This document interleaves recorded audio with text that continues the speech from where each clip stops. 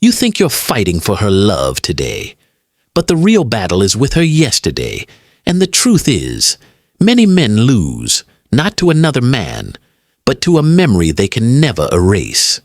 If you've ever woken up and felt like the biggest fool in the world, if you've ever stared at the mirror thinking, "How did I miss this?" You're not alone. This video will change how you see everything. Johnny Depp lost $50 million and almost lost his entire career. Jeff Bezos paid $38 billion in the most expensive divorce in history. Elon Musk once called his ex-wife a demon in public. Were these men stupid? Number. Were they weak? Not at all. They just didn't see the psychological game being played on them. And chances are, you don't either. At least not yet. Here's the truth no one talks about. There's a hidden set of manipulation tactics, a playbook, that's been used for thousands of years. These tactics can destroy anyone, even billionaires, geniuses, and empire builders. In this video, you'll learn 7 common manipulation patterns most men never notice. Carl Jung's mirror test to reveal someone's true nature, why your instincts can betray you, and the number 1 warning sign that predicts relationship failure with 87% accuracy. But before we start, understand this. This isn't about blaming women or hating anyone. This is about protecting yourself, turning innocence into wisdom, making sure you never feel like a fool again. It all begins with the work of Carl Jung, a psychologist who discovered something uncomfortable about human nature. Jung believed that we all wear masks. He called them personas. These are the roles we play to get what we want. But behind those masks are deeper patterns, ancient behavior templates called archetypes. He said every man carries a hidden feminine side called the anima, which attracts him to certain types of women. And every woman carries a hidden masculine side called the animus, which affects how she views and treats men. Here's the problem. Most men don't know this is happening. They are fighting a psychological battle without knowing the rules. And now, science has caught up with Jung. In 2023, researchers at the University of Cambridge found that women score 23% higher in social Machiavellianism, a term for subtle psychological manipulation. Another study from Michigan State showed that 76% of divorced men ignored red flags in the first 6 months of the relationship. Why does this happen? Because men and women evolved different tools to survive. Men used strength. Women used emotional and social skills. That doesn't make women bad. It makes them skilled. But the danger comes when these skills are used, not to survive, but to control. That's what we're going to break down next. Secret number 1. Emotional addiction trap. Imagine you meet someone amazing. She texts you sweet messages all day. She wants to know everything about you. She makes you feel special, chosen, like no one else ever has.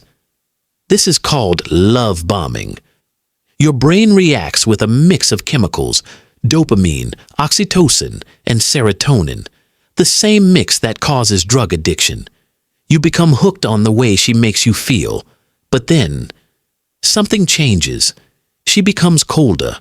She replies slowly. She says you're being needy when you ask what's wrong. Your brain panics. It wants that feeling from before. So you start chasing it. You text more. You try harder. You become desperate for her attention. This is called the chaser's trap. Here's what science says. Unpredictable rewards are more addictive than consistent ones. It's the same strategy casinos use. You never know when you'll win. So you keep playing. She doesn't need to treat you well all the time. She just needs to treat you well enough to keep you hoping. In Jungian terms, this is the controlling mother archetype. She gives affection, but only when your behavior pleases her. You end up pushing the same emotional button, like a lab rat, waiting for your next dose of love. But while you're chasing her affection, she's already testing your usefulness. Secret number 2, the provider trap. About 3 weeks into the relationship, there's a sudden problem. Her car breaks down before a date. She doesn't ask for help directly. She just says she's stressed and doesn't know what to do. You offer to help. She says, "Thank you." You feel like a man, strong, helpful, needed. Then comes a credit card problem. Then a vet bill for her cat, one after another. Small, random issues. But each time you say yes, she's watching. She's testing how far you'll go, how much she can ask of you before you say no. A study showed that 82% of financial manipulation starts with requests under $100. Why? Because they seem harmless, and by the time they get bigger, you're already emotionally invested. You can't say no without feeling guilty. This is emotional control through money. The active role here is the damsel in distress. She doesn't seem greedy. She seems helpless, like she just needs you. But in reality, she's using your kindness as a tool. She turns small problems into your duty. And if you refuse to help, you start.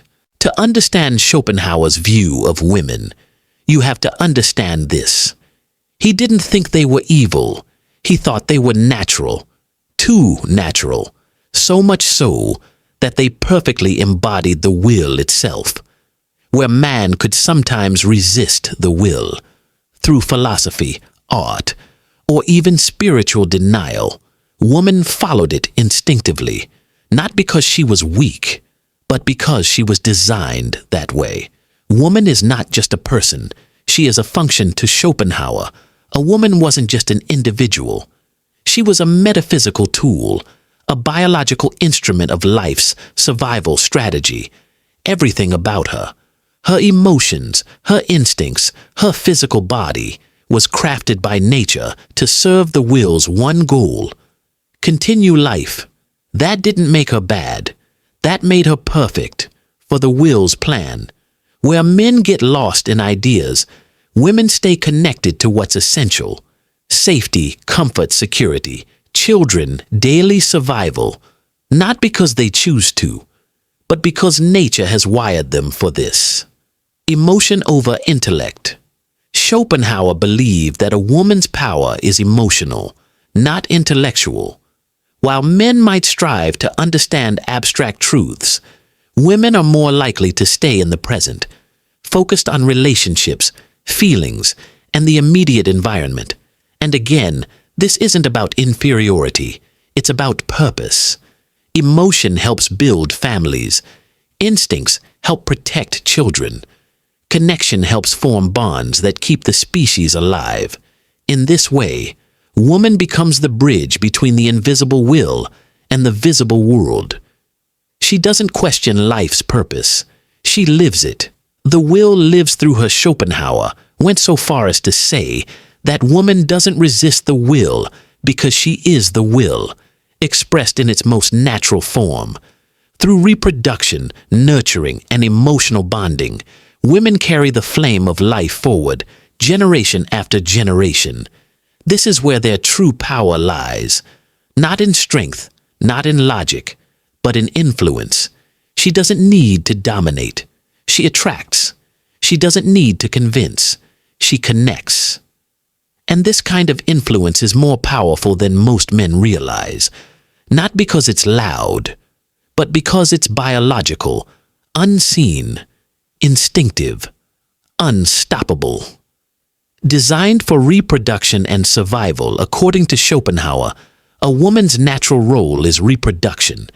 She is the vessel through which life continues, the guardian of the next generation. To him, women were closer to nature, closer to the earth. That's why he wrote, "Woman is by nature meant for the home and for bearing children, not because of culture, not because of oppression, but because the will engineered her that way." Now, in modern times, this idea sounds outdated, even offensive. But Schopenhauer wasn't writing social rules. He was describing what he believed was a metaphysical truth, that women didn't just participate in the will, they were it. Power by design. So what does that mean for men? It means that while a man might think he is making a free choice when falling in love or starting a family, he's often being pulled, not by reason, not even by emotion, but by the will working through her. A woman becomes the embodiment of everything the will wants: fertility, safety care, continuation. And this, to Schopenhauer, made her dangerous, not in a violent way, but in a biological way, because her very presence could derail a man from his path. He might have a mission, a vision, a truth to pursue. But the moment she appears, the will inside him awakens. Suddenly his focus shifts.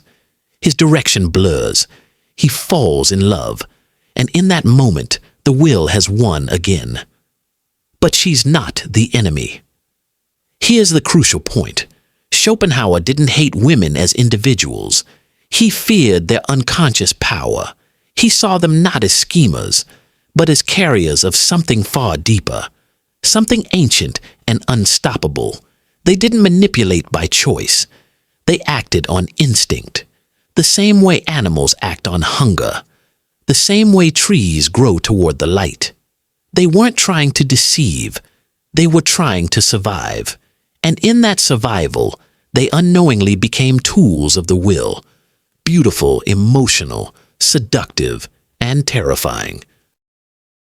So now you've been through love bombing. You've been tested as a provider, triangulated, gaslighted, emotionally drained, hooked on a cycle of pain and pleasure. And just when you think things might finally settle, she's already halfway out the door. Secret number 7, the planned strategic exit. Here's a hard truth. The breakup didn't start when she left. It started months earlier, quietly. You still thought things were okay. She was still sleeping next to you, saying, "I love you." But behind the scenes, she was preparing to leave. She began saying things like, "You've changed. I don't feel heard anymore. Something's missing." She started posting quotes like, "Protect your peace." Sometimes letting go is strength. She wasn't venting. She was creating a story. A story where you're the bad guy, and she's the brave one walking away. Behind your back she may have talked to friends and made you sound unstable, saved screenshots of arguments, hidden the parts where she provoked you, started talking to lawyers, prepared emotionally, socially, even financially, so by the time she left, she had already gathered sympathy, support, and a safe place to land. You didn't even know it was over, and now you look like the crazy one, the villain, the man she had to escape. This is the transformer archetype. She doesn't just leave, she rebirths herself into a new identity. You become part of her past, her trauma story. You're the man she outgrew. The worst part? You blame yourself. You think, what did I do wrong? Could I have saved this? But here's the truth. You were being used, not loved. And now that you know the 7 secrets, it's time to learn how to protect yourself. Let's talk about the tools that Carl Jung and modern psychology give us to defend against emotional manipulation. Self-defense strategy 1. The mirror test, projection detector.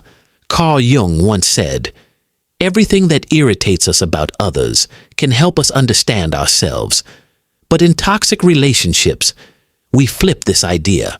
Ask yourself, are the things she accuses me of actually the things she's doing?" This is called projection. Manipulators accuse you of the very things they are guilty of. For example, she says, "You're always lying." But she hides messages. She says, "You're controlling." But she sets the rules. She says, "You don't listen." but she talks over you. How to use the mirror test. 1. For 1 week, write down every time she insults or blames you. 2.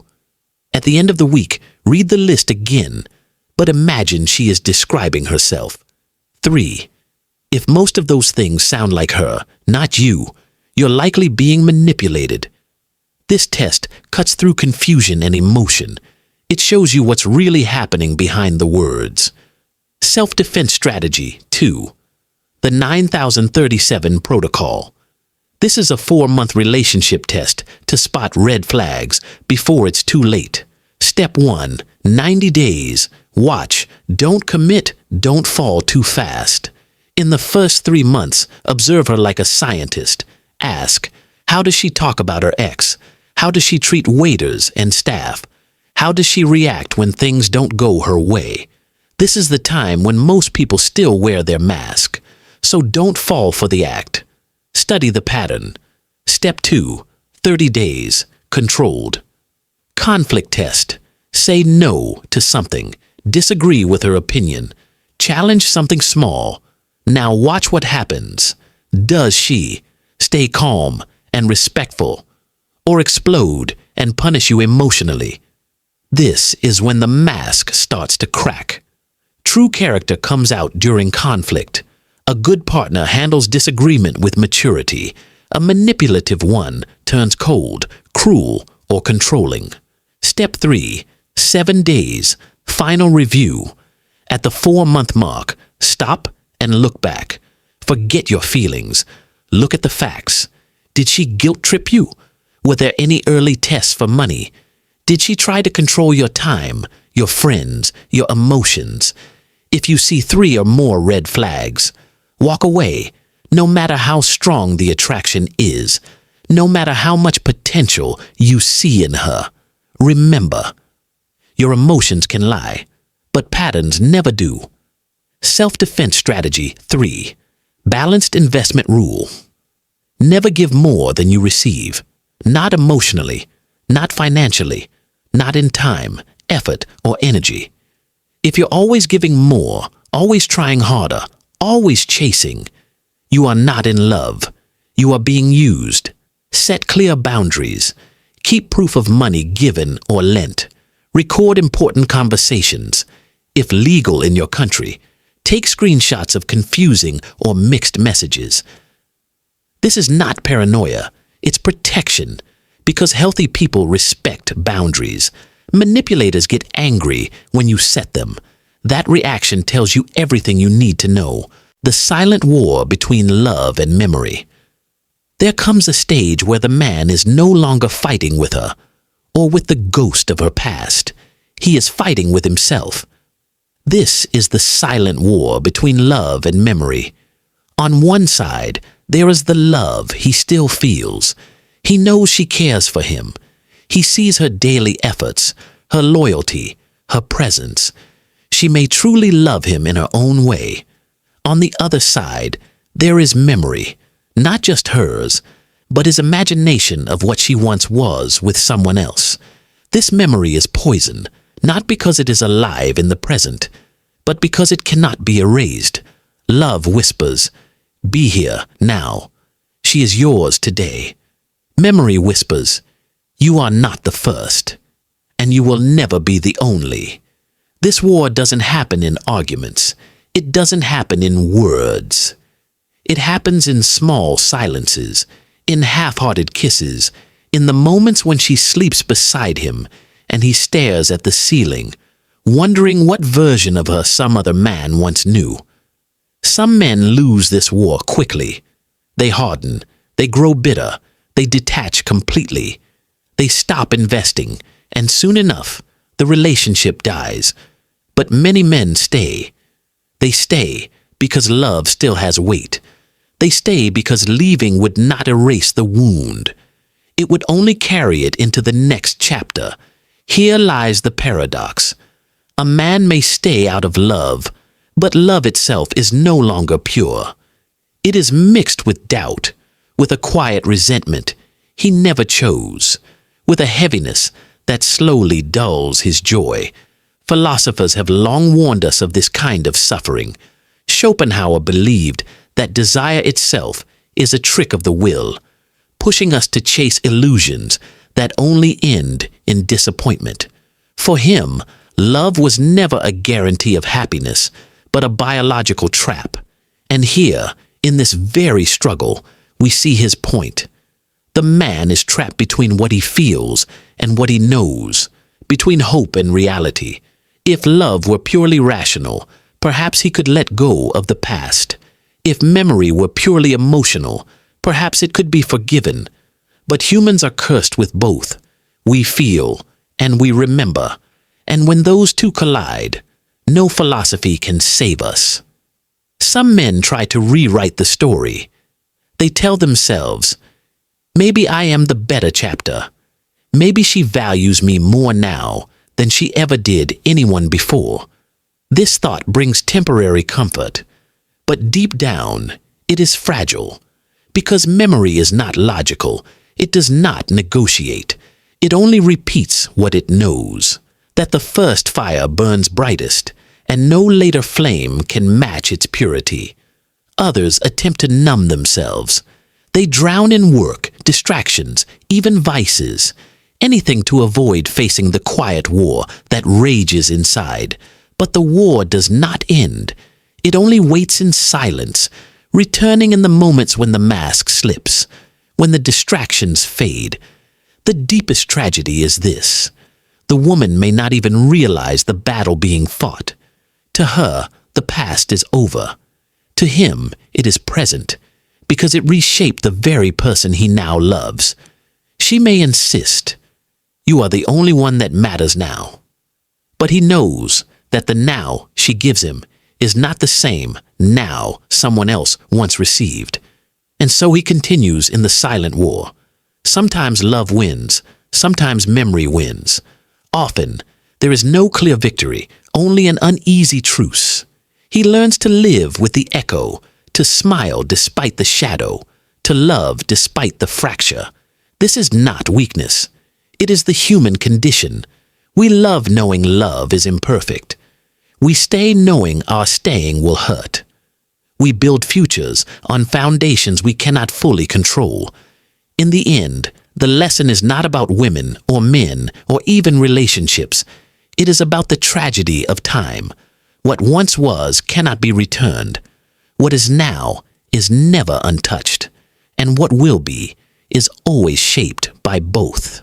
The man who understands this does not escape pain, but he gains a certain kind of wisdom. He learns that love is never pure possession, never untouched by history. It is always a gamble, always a fragile thread, stretched between memory and hope. And if he chooses to love anyway, despite the shadow, despite the echo, then perhaps that is the greatest courage a man can show. When love turns into philosophy. There comes a time when the man realizes something important. This battle is bigger than his relationship.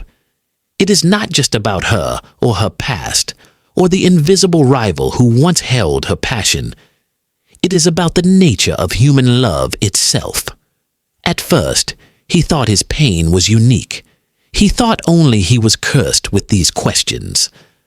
But as he observes other men, he sees the same struggle written in their faces. Different stories, different women, but the same shadow. Men everywhere carry this quiet burden, the fear that they are not the first, not the deepest, not the most unforgettable. Why does it matter so much? Because men do not only want affection, they crave a certain kind of recognition, a belief that their love is unlike any other. A man wants to feel that with him. She opens a door that no one else has entered. If that illusion is broken, even slightly, his sense of meaning cracks with it. And so, many men slowly turn into philosophers, not by choice, but by necessity. They begin to ask questions they never imagined. What does it mean to own someone's heart? Is love ever truly equal, or is it always shadowed by past attachments? If passion fades with time, does that mean love itself is temporary? Am I seeking her? or the version of her that no longer exists? These questions change the man. He is no longer only a lover. He becomes an observer of love. He watches himself with suspicion, notices the shift of his emotions, and analyzes his own pain like a scientist. But here lies the danger. When love turns into philosophy, it loses some of its warmth. Instead of surrendering to the moment, he dissects it. Instead of kissing her with abandon, he wonders if she kissed another man this way. Instead of resting in her embrace, he measures its sincerity against a memory he never even saw. This does not mean he stops loving. On the contrary, he may love even more deeply, but always with a tragic awareness. He sees the cracks in the glass, yet still drinks from it. He knows the story is imperfect, but still chooses to play his role. Sometimes this awareness makes him gentle. He no longer demands perfection because he knows it does not exist. He accepts her flaws, her past, her contradictions, because he has seen the futility of chasing purity. In this sense, philosophy softens him. Other times, it makes him bitter. He becomes cold, detached, guarded. His mind whispers, "Why give fully when the past already took the best of her?" This bitterness slowly poisons what remains of his love. It could go either way. That is the double edge of wisdom. It frees you, but it also burdens you. Yet in all of this, one truth emerges. No man escapes the structure of time. We are always competing with ghosts, always measuring against shadows, always struggling between what once was and what is now. The more we love, the more sharply we feel this tragedy. Perhaps this is why some men withdraw from love entirely. They say, "Better to remain free than to carry a wound I cannot heal." They turn toward solitude, work, or abstract goals. In a way, they escape the battlefield, but also the warmth, the intimacy, the fragile joy that love brings. Others stay. They accept the pain as part of the price. They realize that love without wounds does not exist. Every woman carries a history. Every man does too. To demand a love untouched by the past is to demand a human untouched by life itself. And so, the man matures. He learns that love is not about winning a competition with the past. It is about building something in the present strong enough to outlast the echoes. He may never silence the memory completely, but he can create moments so meaningful that even the shadow cannot erase them. This realization does not end the pain, but it changes its meaning. The pain is no longer just jealousy or resentment. It becomes a lesson, a kind of tragic wisdom that deepens him. He is no longer only a man who suffers from love. He is a man who understands it. And perhaps in that understanding, there is a quiet victory. To love, despite the shadow, every silent war must end. Some battles end with defeat, others with uneasy peace. But every man eventually reaches a point where he must choose. Leave the battlefield or stay and fight differently.